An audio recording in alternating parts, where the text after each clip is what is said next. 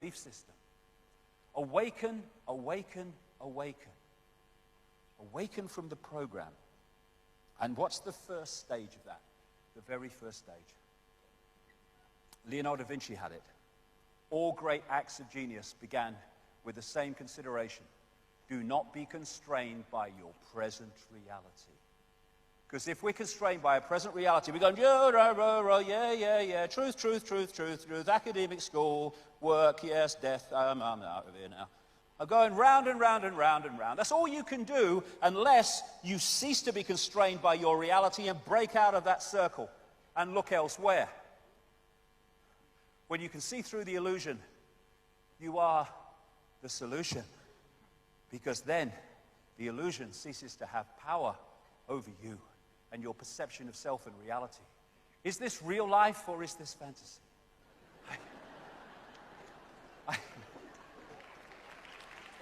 It is fantasy because it's all an illusion on a scale that we would beg a belief if we didn't see the evidence to back it up. But this is crucial. I'm going to be talking as the day goes on about how this world's manipulated and to what end. Deep, deep, deep in the rabbit hole. And when I started on this journey, it was a very lonely place.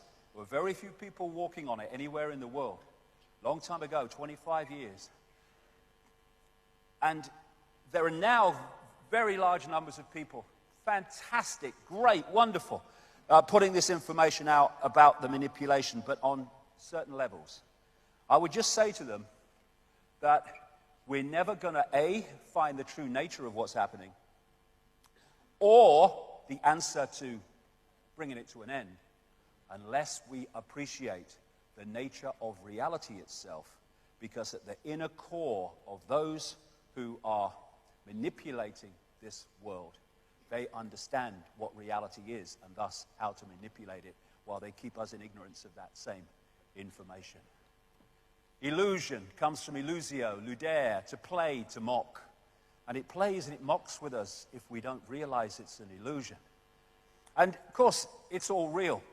Consider that you see less than 1% of the electromagnetic spectrum and hear less than 1% of the acoustic spectrum. As you read this, you are traveling at 220 kilometers a second across the galaxy. 90% of your cells in your body carry their own microbial DNA and are not you. The atoms in your body are 99.9999% empty. I say 100% personally. Space, and none of them are the ones you were born with. Human beings have 46 chromosomes, 2 less than a potato. The existence of the rainbow depends on the conical photoreceptors in your eyes. To animals without cones, the rainbows do not exist. So you don't just look at a rainbow, you create it. This is pretty amazing, especially considering that all the beautiful colors you see represent less than 1% of the electromagnetic spectrum. And then there's this. Every second, 11 million sensations crackle along the brain pathways. The brain is confronted with an alarming array of images, sounds, and smells, which it rigorously filters down until it's left with a manageable list of around 40 from 11 million. Thus, 40 sensations per second make up what we perceive as reality. Okay, we have an expert. What we know is shit. Then we can get somewhere. And think on this. All the institutions that run this world and dictate its direction and dictate its sense of reality are all founded on the fact that this world is not an illusion, that it's really bloody solid, and all that quantum physics and the rest of it is irrelevant. And thus, bollocks begets bollocks. That's one of my laws, that. Bollocks begets bollocks. If you hit a piece of glass in the center with a hammer, it doesn't just smack where it hits. It goes off, distortions, inversions in every direction. And if the very basis that you found society on is a fundamental misunderstanding of reality itself, then that flaw, that fundamental flaw, must infest every area of human life. No wonder it's a bloody madhouse. Here you go. the bamboozle, establishment, science, education, media. Just sticking its head up its arse, thinking it knows it all. Reality is merely an illusion, albeit a persistent one. Albert Einstein. And there's a reason why it's persistent. I would suggest, after 25 years of putting this together, we live in a virtual reality universe. And is that really so hard to imagine anymore when you see the scale of reality that we see in these video games and stuff now, and movies, where it looks increasingly like the very reality that we're decoding. Even faces, people are looking more and more like each other in virtual reality. This one. And they're now using virtual reality in burns units to change the dressings because the reality being piped to the eyes takes over, hijacks the brain's perception to the point where it doesn't feel the pain as it would normally. When you look at virtual reality in its developed sense, its more developed sense, they've got the gloves on, they've got the goggles on. And all that is doing is hacking into the way the body decodes reality anyway. Hacking into the 5 senses. Technologically, going to be very, very significant as we go through section 2 today. And it can be so incredibly real. And all it is a fake reality being fed to us technologically. And it's an interactive, wireless cosmos that we are experiencing. You know, when you go out with a computer and they've got this Wi-Fi stuff every bloody where now. You're sitting in the middle of nowhere, in the middle of a town, wherever, and you sit there, and from the unseen, you are downloading or decoding onto that computer an entire global reality that can be picked up anywhere in the world that it's available. A wireless internet, and I call it the wireless cosmos, and the brain is massively part of the decoding system of this wireless cosmos. This is a projection or a simulation, if you like, of what Wi-Fi looks like in the unseen. And it's just information in an energetic form. And the computer tunes into that, decodes it onto the screen as the internet. We do not have empty space between us. We have energy. We have electromagnetic energy. And we have, in that energy, information. And from that, what I call the biological computer decodes that information into a sense of reality that we think is solid, but simply cannot be. I'll go deeper into this as we go through here. The base form of our reality is waveform, energetic waveform, which can carry extraordinary amounts of information. I call it the metaphysical universe. It's the universe from which this one that we see, or think we do, comes. So, you have the information field, the cosmic internet, if you like, and we decode it through from that, through the digital, I'll get into all this as we go along, through to what is an illusion of physicality called holographic. I'll come to that quite shortly. And now we have mainstream scientists saying this reality could be just a hologram, exactly what it is. And the most dense of things, rocks, mountains, however kind of they may be indestructible, they are at their base form an energetic information field. The more dense the energy, the lower the frequency, the denser and more solid the form appears to be. And Nikola Tesla, the genius from which so much came, one of the great scientific geniuses of modern times, who in effect gave us the electrical system. He gave us radar because it was stolen from him.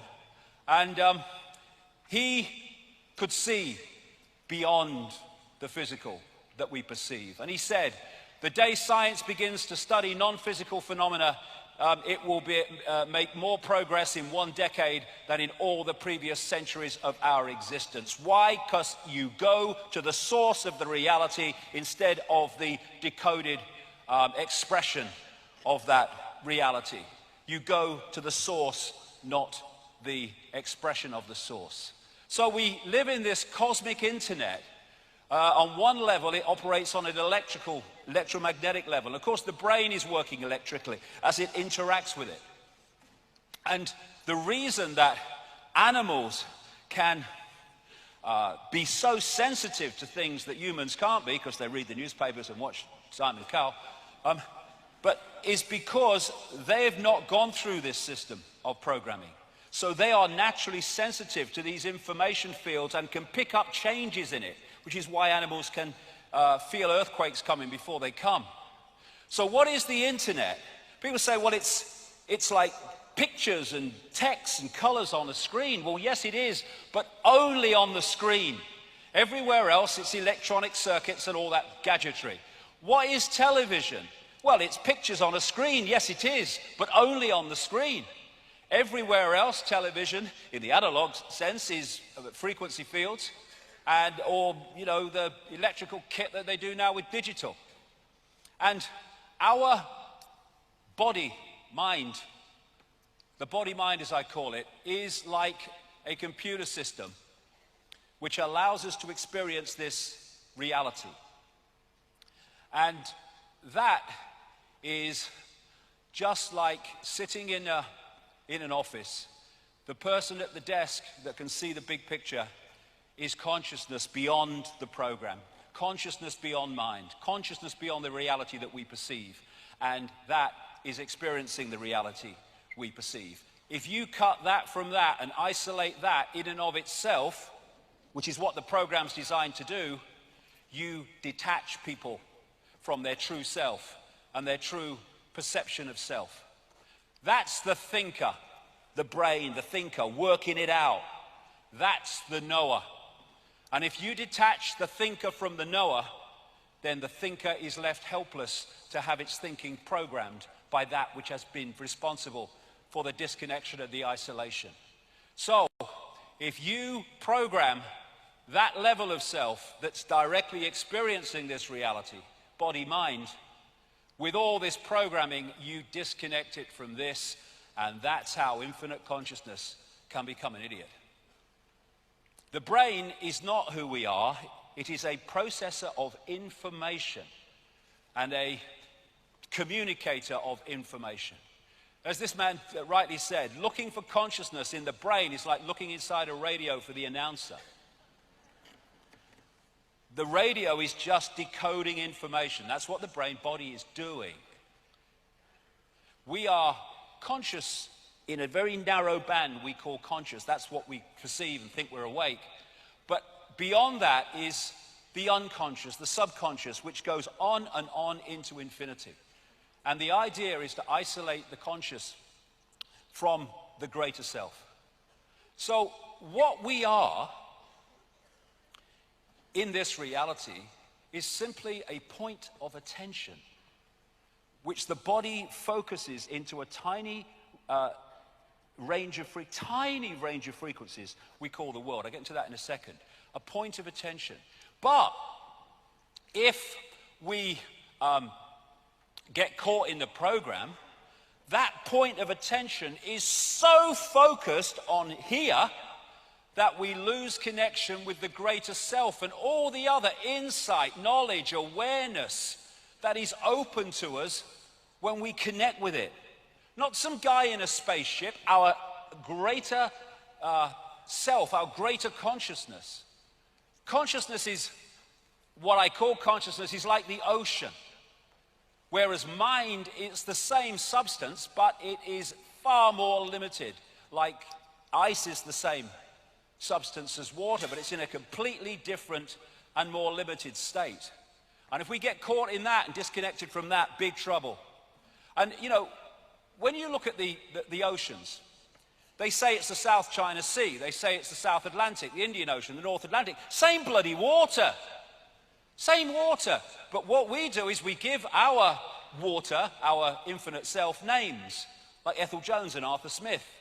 And we give them identities without realizing that we are just points of attention within one infinite, eternal consciousness.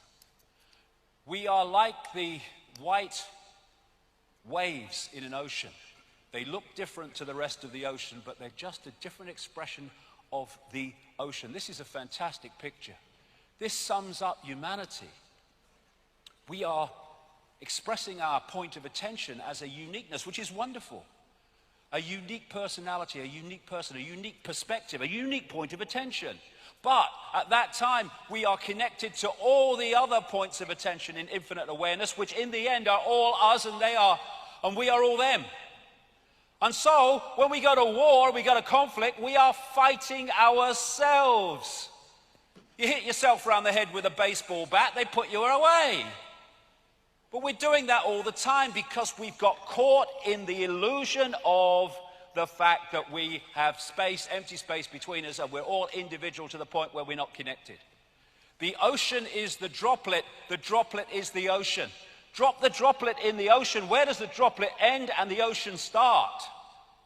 The idea of the conspiracy is to keep that droplet disconnected from the ocean. And when they do that, we have the world that we live in. Great line, Leonard Cohen.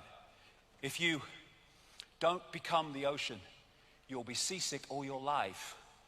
And so many people feel this ache, this sense of disconnection, this sense of longing that they can't put words to, because one part of them, one level of them knows that we're all one. Everything is all one. Leonardo da Vinci learned how to see, realize that everything connects to everything else.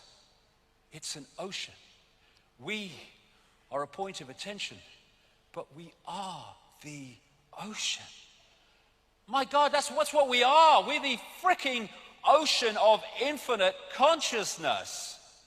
What a job they've done to persuade us we're Ethel from the store. Near-death experiences have experienced this. So often, the common themes of what they say is incredible.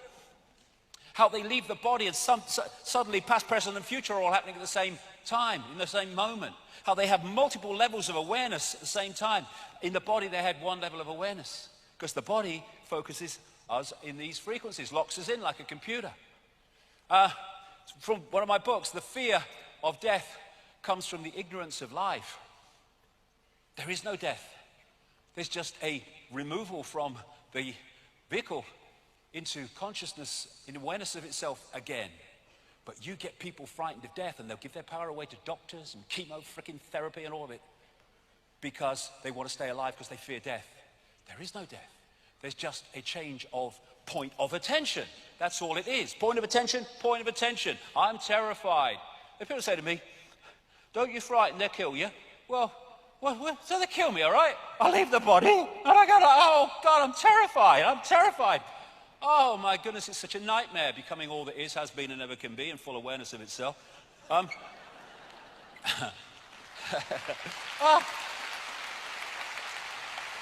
If the doors of perception were cleansed, everything would appear to man as it really is, infinite. This guy was, from the 18th century, William Blake. I mean, this is universal knowledge through history.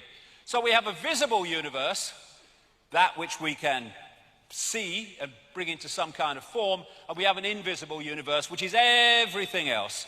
And the visible universe is so tiny, it is funny. This is mainstream science. They talk about dark energy, dark matter. I see that slightly differently, but the principle's the same, what you can see and what you can't see.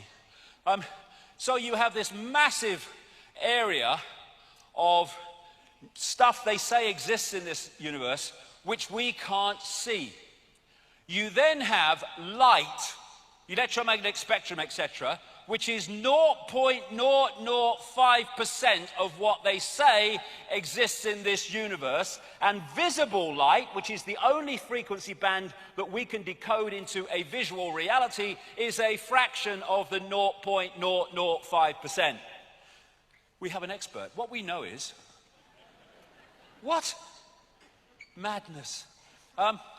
So this is the visible spectrum within the electromagnetic spectrum. Look at it, it's tiny. And that's all that we can see in what we call the world. You say to most people, can you see everything in the space you're looking at? Oh yeah, mate. You can't see that much of it. So we are in a frequency band. We call it the world, we call it reality, but there are other frequency bands interpenetrating this one, like radio stations and television stations, sharing the same space. And what you perceive is what you can decode, what you are decoding. And so through the body we perceive in a visual sense what the body can decode, which is this little band of frequencies. You go outside the body, now you're perceiving much greater frequencies, and thus your reality changes. If you wish to understand the universe, said Tesla, think of energy, frequency, and vibration. Exactly. So, our point of attention holds us in this reality unless we're open to consciousness. Because what happens is if you come into this reality, this visible light reality, and you hold that connection to consciousness beyond this reality, you have everything you need.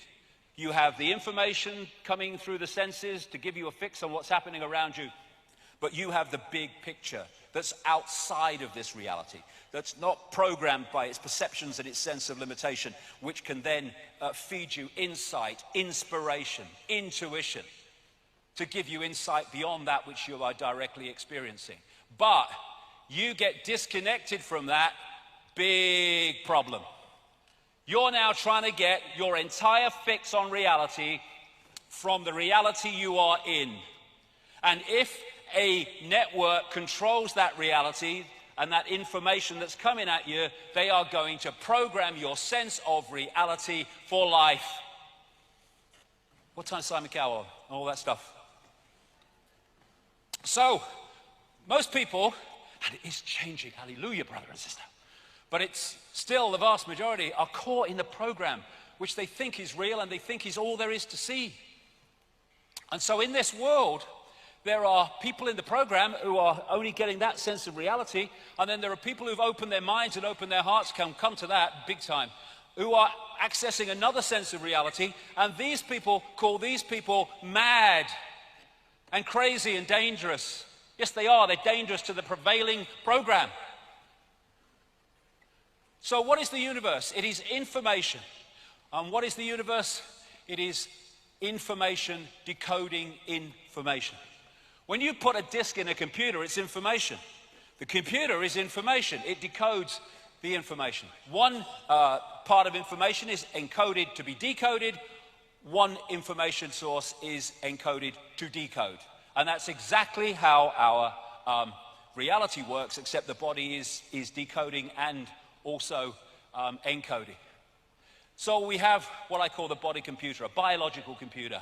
Biological in the sense that instead of like a desktop computer, you put information in and you press enter, and as programmed it responds. A biological computer has the ability to assess information and make decisions about it, which is what the immune system is doing all the time, 24/7, without any input from us. So the reason that they're able now to connect the brain directly to computers is because they're connecting two computers, one fantastically more advanced than the other, but still basically two computers. And form is information. Our base state is awareness, doesn't have form, it's just awareness. But we come into the realms of form, and form is created from information. And so if you look at the body, it's just like a computer in its basic sense. You know, when the computer don't work anymore, won't switch on, what do you say? My computer's dead. It goes into sleep mode to save energy. It has an antivirus system. That's our immune system. Best antivirus system ever. The brain is the central processing unit. And then you have DNA which is basically the hard drive. And the senses are decoding systems, decoding information into a form that the brain can decode. So the senses are taking waveform information, vibrational information, they're turning into electrical information, they are communicating it to the brain, which then decodes that into a sense of reality we call the world we live in. So the world that we think we're living in exists there. And worth thinking on this. If you can manipulate the sense of reality of that and the way that decodes that information, you are dictating the experienced reality of the target population. And that's what's happening all the time. And when we realize that, we can stop it happening, which is the whole point of me doing it and standing here, really. So you look at the motherboard of the body. That is the system of meridian lines of energy used in acupuncture, which take information around the body. You know, when information is passing around the computer too slowly, things start to malfunction. And what do we say? My computer's so slow today. Yes, because the information is not passing around at optimum level. When the information is not passing around these chakra systems and meridian line systems, then the computer malfunctions. We call it dis-ease, disharmony. And so what acupuncture is doing, okay, you know, dogma bloody Dawkins, acupuncture load of rubbish. No, mate, you just don't understand what reality is. Perfectly logical.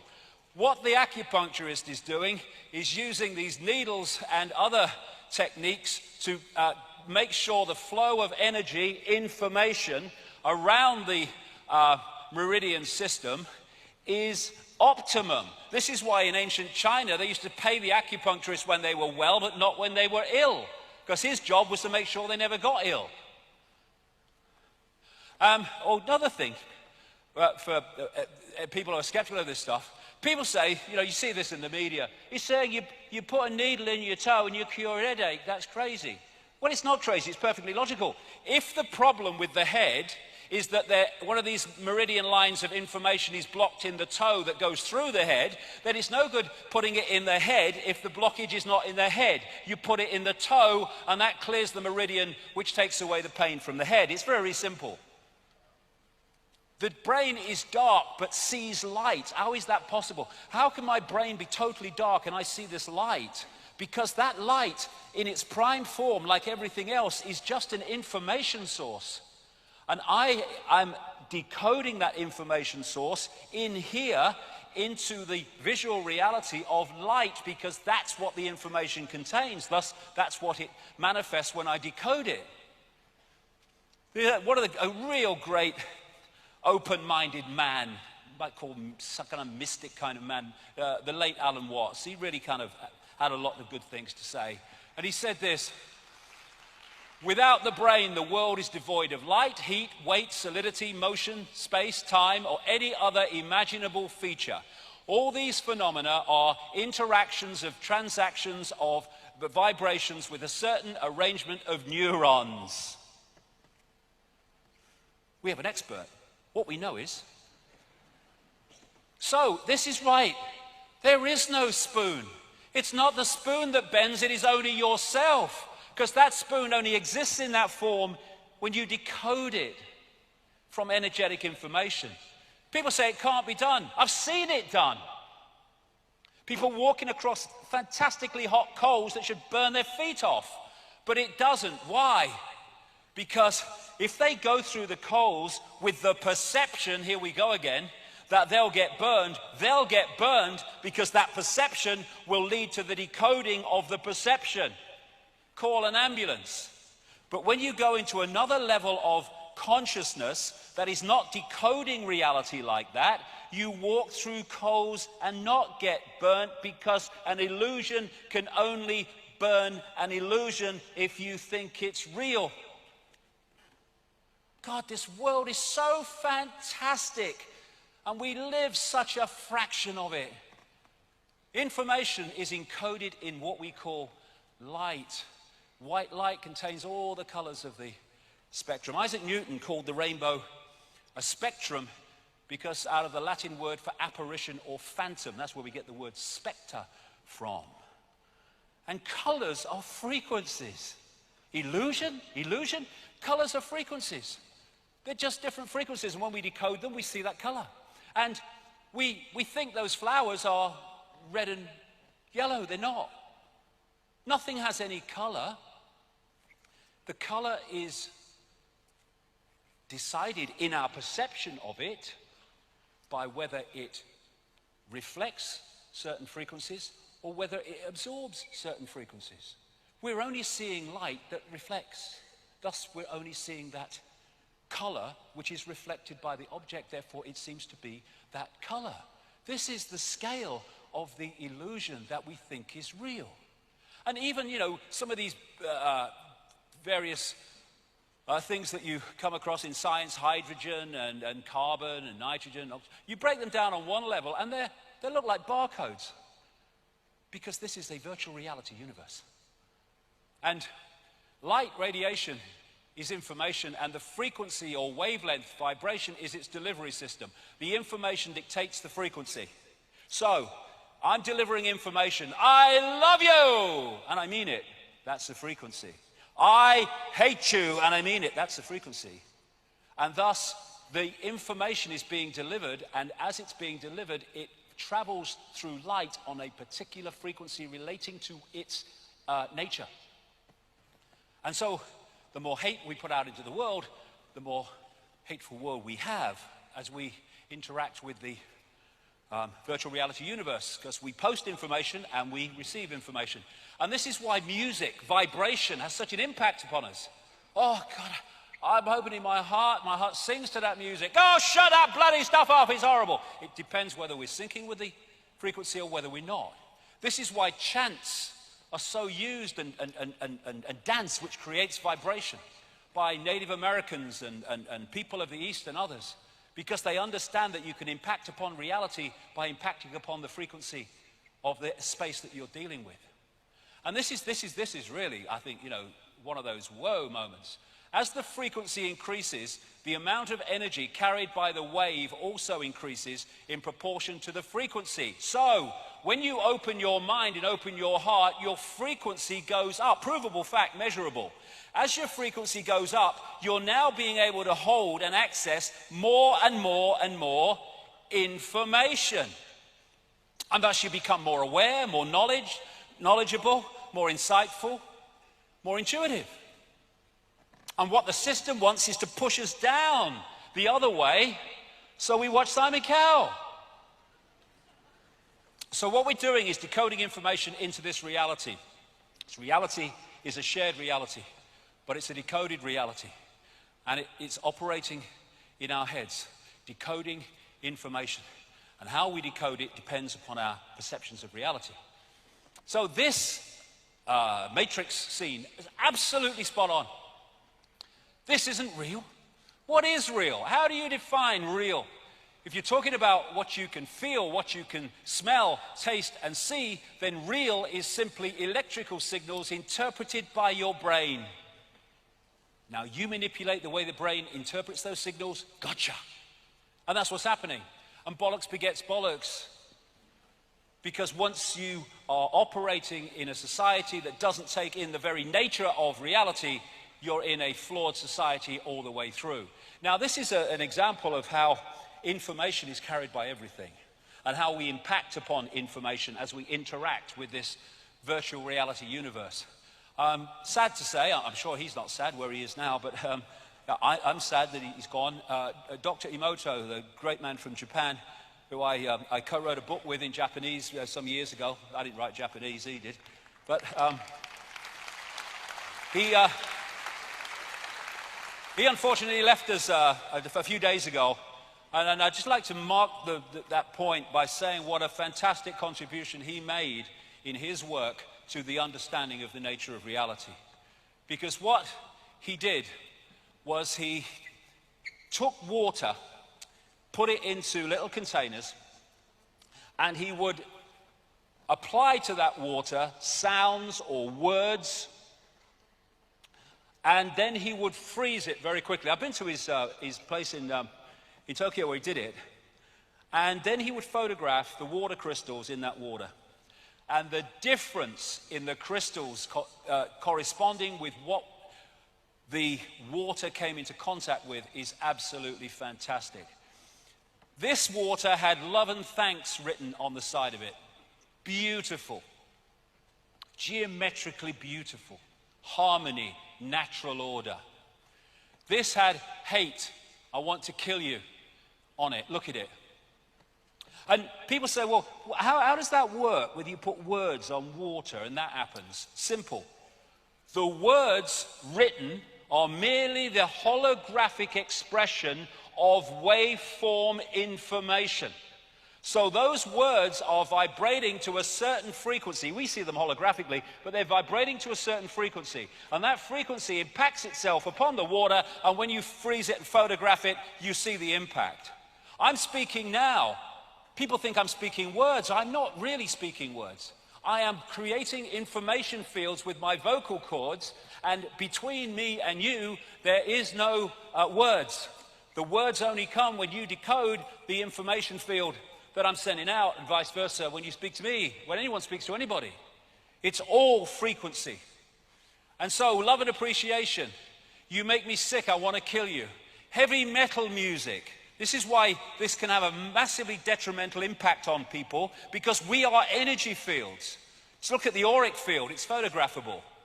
And if it's a vibe that can impact negatively or disruptively, distortedly upon your energy field, you can have mental and emotional and what we call physical expressions as the hologram is affected. This is polluted river water. Look at it. That's what it does. Because water in its base form is an information, waveform information field, like everything else. At the Aerospace Institute in Stuttgart, Germany, they've developed a way of photographing information in water droplets. You go on the internet and or YouTube and put those words in, water has memory. I'm sure it's still there. You'll be able to see the video. And so what they did is they put a flower in a big tank of water. Then they took the flower out, and then they photographed droplets from the tank. And in each droplet was the flower. That's a mock-up, obviously. It doesn't look like that, but you could see the flower information in the droplet. They then asked people from the local community to come in, and they had a big tank of water, and they asked them to take 4 droplets from the big tank and put it into a little dish with their name on. And what they found was that each person who did it, all 4 sets with each person, or all the sets, there were more than 4, were different. But all 4 taken by the individual were basically the same. Why? Because the very action of taking a droplet, putting it in a dish, the energy field of the unique individual was impacted upon the water. This is the impact that we're having on reality all the time while we think we are powerless. And so, when the Dogma Dawkins of this world ridicule homeopathy, they don't know what they're bloody talking about because they don't understand reality. He did say, actually, in one of his books that his knowledge of quantum physics was foggy. Well, that's a great way of understanding reality for a start, isn't it? But what is homeopathy? They say, well, you can't dilute a substance over and over until there's no substance left and say it heals anybody. The flower was taken out of the water. The information was still there. It's the information from the substance that does the healing in homeopathy, not necessarily the substance itself physically. And because they don't understand reality, they can't get that connection. Can you? No. So, what is a computer virus that disrupts a computer system? It's rogue information, and that's what this is.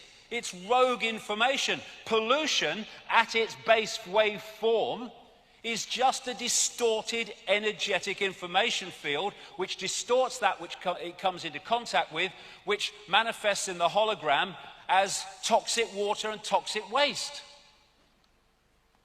Same with the stuff in sweets and bloody soda things that children eat on a massive scale. Of course, it's going to destabilize them mentally and emotionally, because it's distorted information, which distorts the workings of the brain. And this is a big one, another one. This is a target too. I'll get that to why it's, well, not why it's a target, but how it's a target later on. The pineal gland in the brain. It's known as the mind's eye, part of this so-called third eye, and it's not so-called, which takes us to other levels of reality and other levels of perception. And René Descartes, the French philosopher and mathematician, talked about the pineal gland being the seat of the soul. It's not the seat of the soul, it's the way we massively interact with this cosmic internet. Interestingly, when you look at the pineal gland, which is a bit like a pine cone, and other parts that relate to it, it's kind of very much like the Eye of Horus or the Eye of Ra in Egyptian belief. And it's so vital to the way that we manipulate, but decode reality, and can be manipulated to decode the reality that the system wants. So this is in the Vatican, a pine cone. This is a calcified pineal gland, because what has calcified it? Fluoride in the water.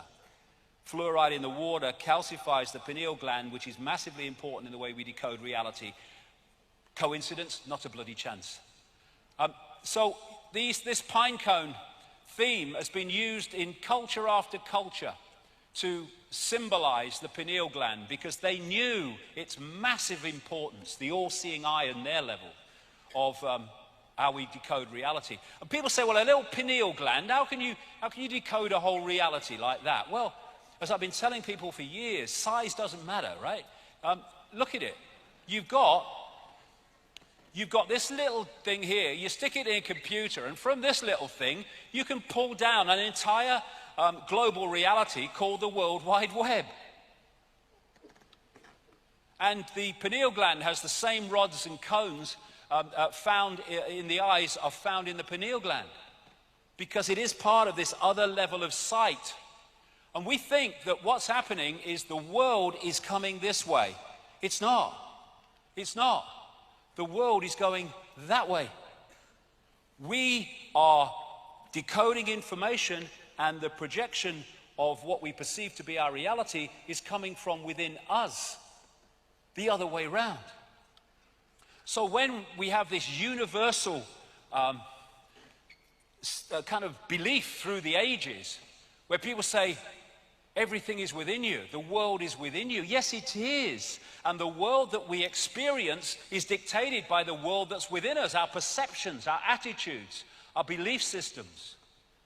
This is Anita Mojani, wrote a book called Dying to Be Me, all about near-death experiences. And she said, I believe that the greatest truths of the universe, she had a near-death experience, don't lie outside in the study of the stars and the planets. They lie deep within us in the magnificence of our heart, mind, and soul. Until we understand what is within, we can't understand what is without. Because what is without is a projection of what is within. And manipulating what is within to manipulate what we experience apparently without is the whole basis of the conspiracy. So we can decode reality, and it can be beautiful. Or we can decode reality, and it can be war and conflict. It's our choice based on our perception. And the pineal gland is crystalline. Everything that is involved in this decoding system seems to be crystalline, because, of course, crystals are involved in the decoding transmission systems. The membrane of every cell, and we have trillions and trillions of them, tens of trillions of them, is a liquid crystal. And so we are taking reality out of the cosmic internet, which is all around us all the time, just like the wireless internet. DNA is crystalline, and it is a receiver, transmitter of information. Here we go. It's not just the pineal gland. It's not just the brain. This is from an article about DNA. From the characteristic form of this giant molecule, a wound double helix, the DNA represents an ideal electromagnetic antenna. Electromagnetic antenna, exactly what it's decoding. On one hand, it is elongated, and thus a blade which can take up very well electrical pulses. On the other hand, seen from above, it has the form of a ring, and thus is a very magnetical antenna. And from an article in the San Francisco Chronicle, DNA is a universal software code from bacteria to humans. The basic instructions for life are written with the same language. It's a software code because we are interacting with a virtual reality universe. And this is DNA, A, G, C, and T. How these substances, these codes, shall we call them, are in relation to each other decides if you're a human or a virus. And now they're actually creating synthetic cells using computers because it's a virtual reality universe. So human is a software program. It's a means of experiencing a particular kind of experience within a particular kind of reality. Men and women, it's a software program. What we are is infinite awareness. All that is, has been, and ever can be. We are men, we are women, we are everything in between. We are everything that exists. It's just a point of attention. And the nature of the vehicle focuses the point of attention. I am a man, I am a woman, I am black, I am white. This is why racism is so freaking insane. Insane.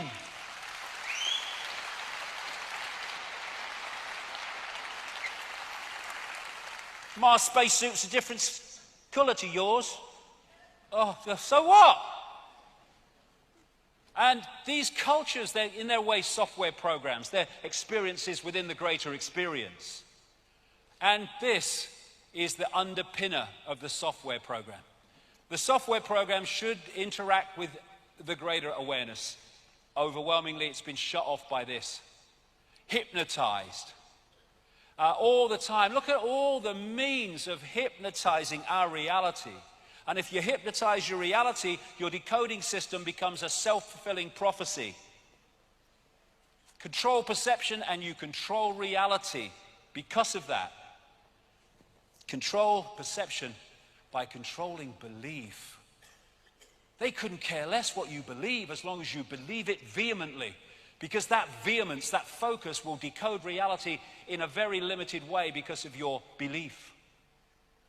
Accidents happen, that's what everyone says, but in a quantum universe, there is no such thing as accidents, only possibilities and probabilities fold into existence by perception. So we have infinite possibilities.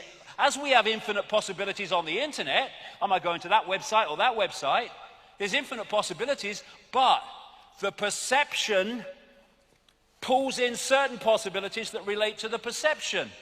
That's why the programming of perception is the very foundation of the control of human experience. We see things not as they are, but as we are, exactly. And the thing is, program what they are, and we got 'em.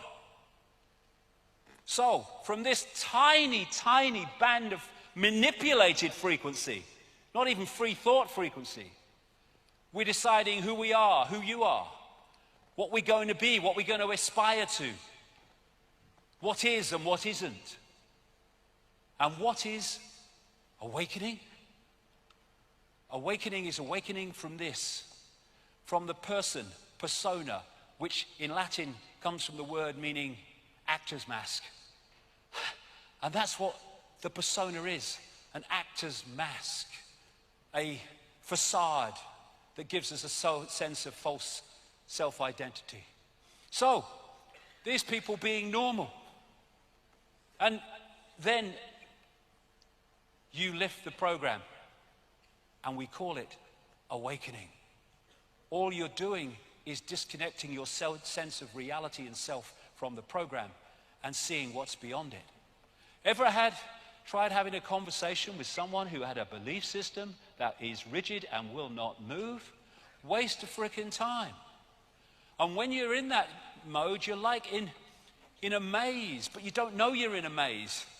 You think it's free life and free movement, but you're in a maze and you're being guided down the maze. And then someone gets on top of the maze, looks down and says, "It's a frickin' maze. It's going nowhere. You're mad." Great line, this. Those who danced were thought to be quite insane by those who could not hear the music. And those who could not hear the music are because they're in these bubbles and they won't allow the music the knowledge from greater levels of awareness in, and thus they can't hear it. We have a system that gets people to look at the world like that. And what chance have you got of seeing what is when you're looking at the world like that? Focused on one tiny area of frequency, and all this, this is all us, untapped because of the focus. Thank you. The eyes are useless when the mind is blind. Why? Because the mind is, through its perception, dictating reality. We are all one.